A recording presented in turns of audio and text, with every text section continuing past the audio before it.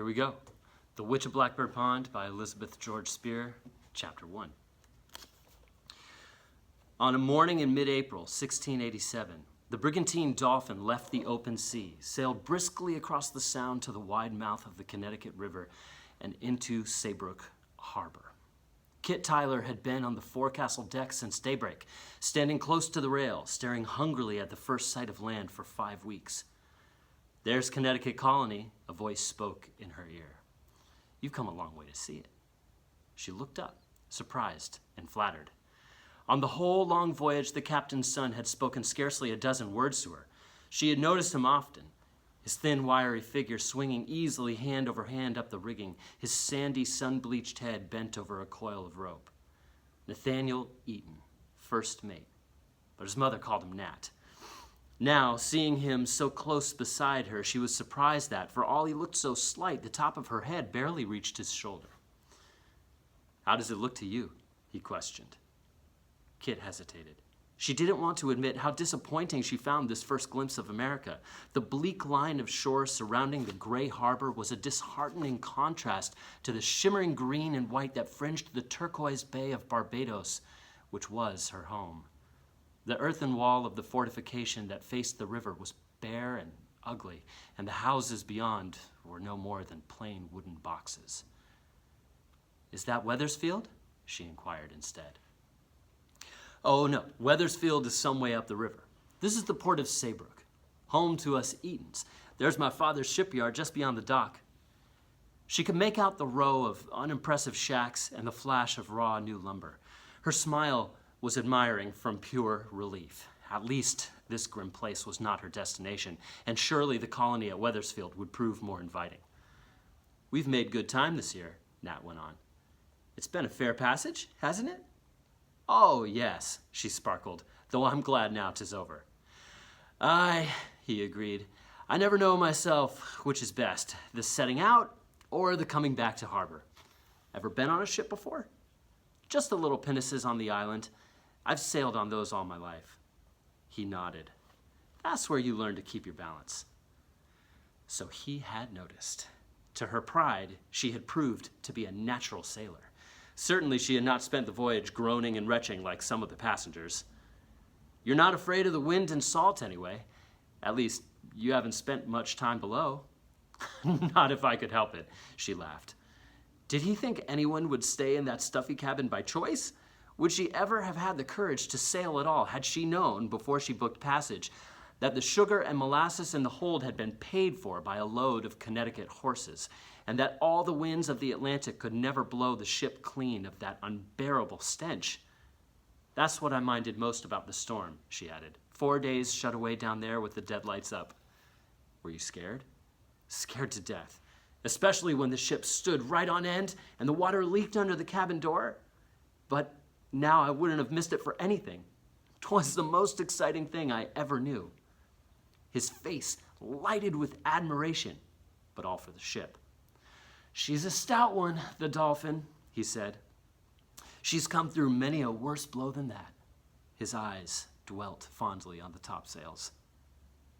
"What is happening?" Kit asked, noting the sudden activity along the deck. 4 husky sailors in blue jackets and bright kerchiefs had hurried forward to man the capstan bars. Captain Eaton, in his good blue coat, was shouting orders from the quarterdeck. "Are we stopping here?" "There are passengers to go ashore," Nat explained, "and we need food and water for the trip upriver.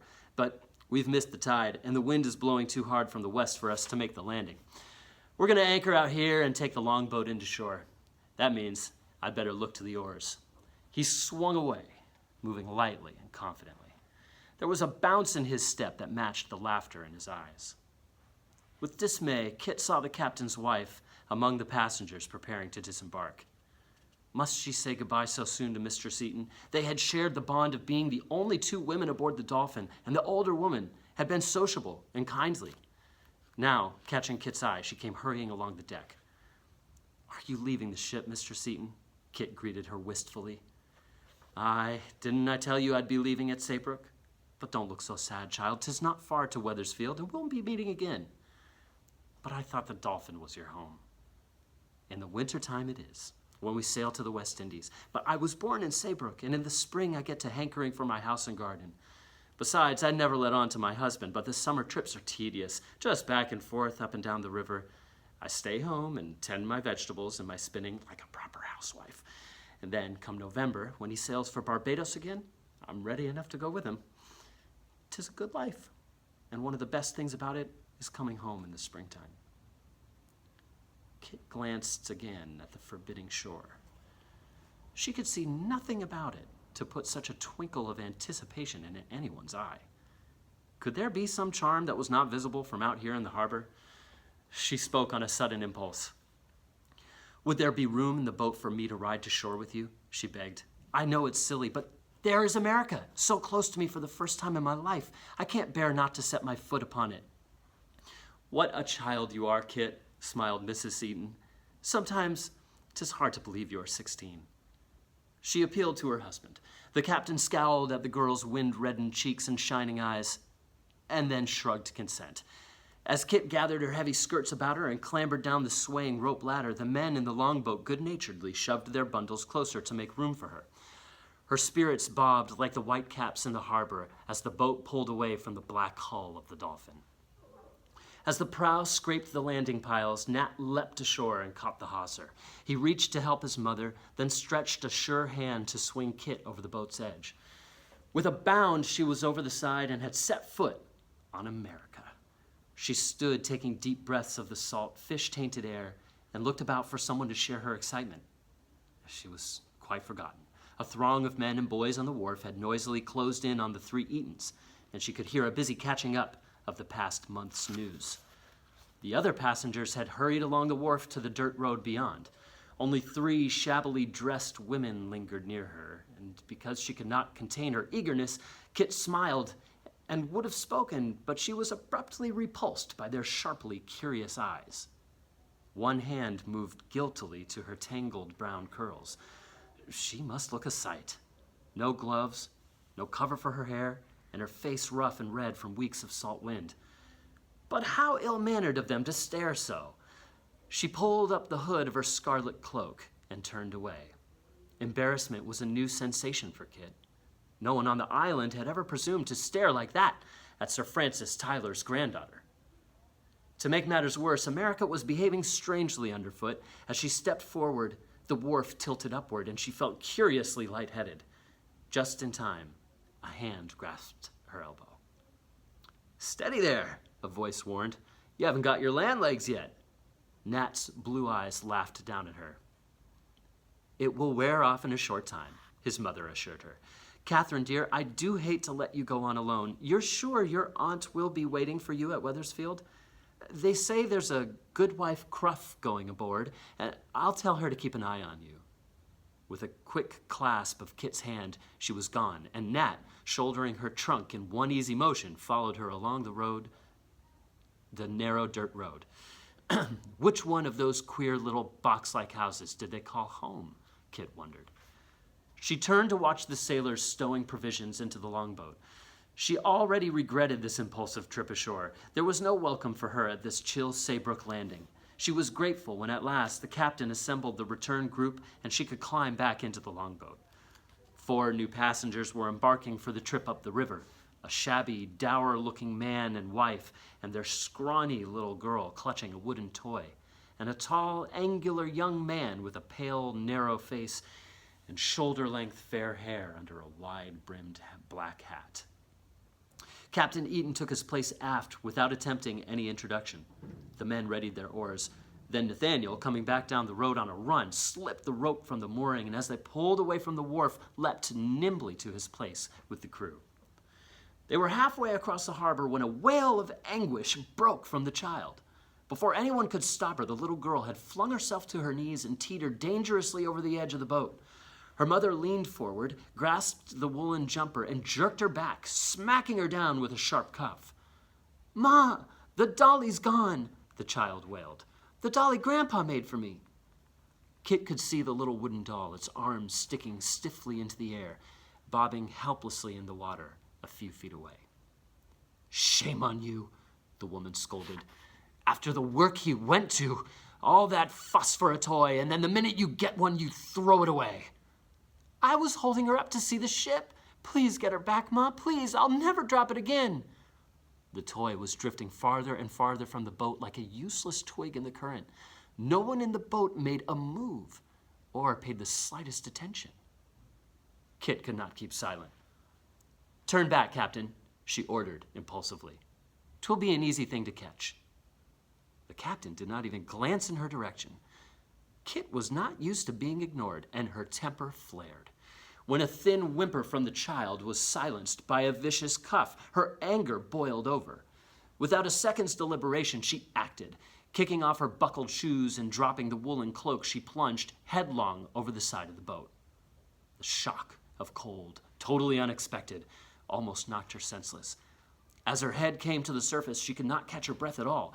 But after a dazed second, she sighted the bobbing piece of wood and instinctively struck out after it in vigorous strokes that set her blood moving again.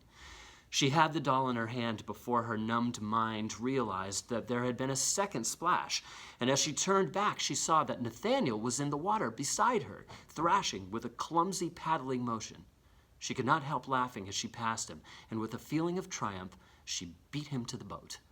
The captain leaned to drag her back over the side, and Nathaniel scrambled in behind her without any assistance. Such water, she gasped. I never dreamed water could be so cold. She shook back her wet hair, her cheeks glowing, but her laughter died away at the sight of all their faces. Shock and horror and unmistakable anger stared back at her. Even Nathaniel's young face was dark with rage. You must be daft, the woman hissed, to jump into the river and ruin those clothes. Kit tossed her head. Bother the clothes. They'll dry. Besides, I have plenty of others. Then you might have had a thought for somebody else, snapped Nat, slapping the water out of his dripping breeches. These are the only clothes I have. Kit's eyes flashed. Why did you jump in anyway? You needn't have bothered. You can be sure I wouldn't have, he retorted, had I any idea you could swim. Her eyes widened. Swim? She echoed scornfully. Why, my grandfather taught me to swim as soon as I could walk. The others stared at her in suspicion, as though she had sprouted a tail and fins right before their eyes. What was the matter with these people? Not another word was uttered as the men pulled harder on their oars. A solid cloud of disapproval settled over the dripping girl, more chilling than the April breeze. Her high spirits plunged. She had made herself ridiculous. How many times had her grandfather cautioned her to think before she flew off the handle? She drew her knees and elbows tight under the red cloak and clenched her teeth to keep them from chattering. Water dripped off her matted hair and ran in icy trickles down her neck. And then, glancing defiantly from one hostile face to another, Kit found a small measure of comfort. The young man in the black hat was looking at her gravely. And all at once his lips twisted in spite of himself. A smile filled his eyes with such warmth and sympathy that a lump rose in Kit's throat and she glanced away. Then she saw that the child, silently clutching her sodden doll, was staring at her with a gaze of pure worship. 2 hours later, dressed in a fresh green silk, Kit was spreading the wet dress and the woolen cloak to dry on the sun-warmed planking of the deck when her glance was caught by the wide black hat, and she looked up to see the new passenger coming toward her. If you will give me leave, he said, with stiff courtesy, removing the hat to reveal a high, fine forehead. I would like to introduce myself. I am John Holbrook, bound for Wethersfield, which I learn is your destination as well. Kit had not forgotten that comforting smile. I am Catherine Tyler, she answered forthrightly. I am on the way to Wethersfield to live with my aunt, Mistress Wood. Is Matthew Wood your uncle, then? His name is well known along the river. Yes, but I have never seen him, nor my aunt either. I do not even know very much about her, just that she was my mother's sister back in England and that she was very beautiful. The young man looked puzzled. I have never met your aunt, he said politely. I came to look for you now because I felt I should ask your pardon for the way we all behaved toward you this morning. After all, it was only a kind thing you meant to do, to get the toy back for the child. It was a very foolish thing, I realize now, she admitted. I am forever doing foolish things. Even so, I can't understand why it should make everyone so angry. He considered this gravely. You took us aback, that is all. We were all sure you would drown before our eyes. It was astonishing to see you swimming. But can't you swim? He flushed. I cannot swim a stroke, nor can anyone else on this ship, I warrant, except Nat, who was born on the water. Where in England could they have taught you a thing like that? Not England. I was born on Barbados. Barbados, he stared. The heathen island in the West Indies? 'Tis no heathen island. 'Tis as civilized as England, with a famous town and fine streets and shops. My grandfather was one of the first plantation owners, with a grant from the king. You are not a Puritan, then? Puritan? You mean a Roundhead? One of those traitors who murdered King Charles? A spark of protest flashed across his mild gray eyes.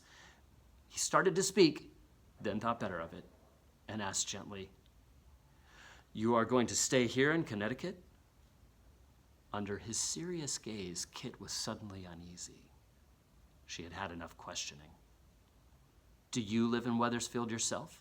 She turned the tables. The young man shook his head.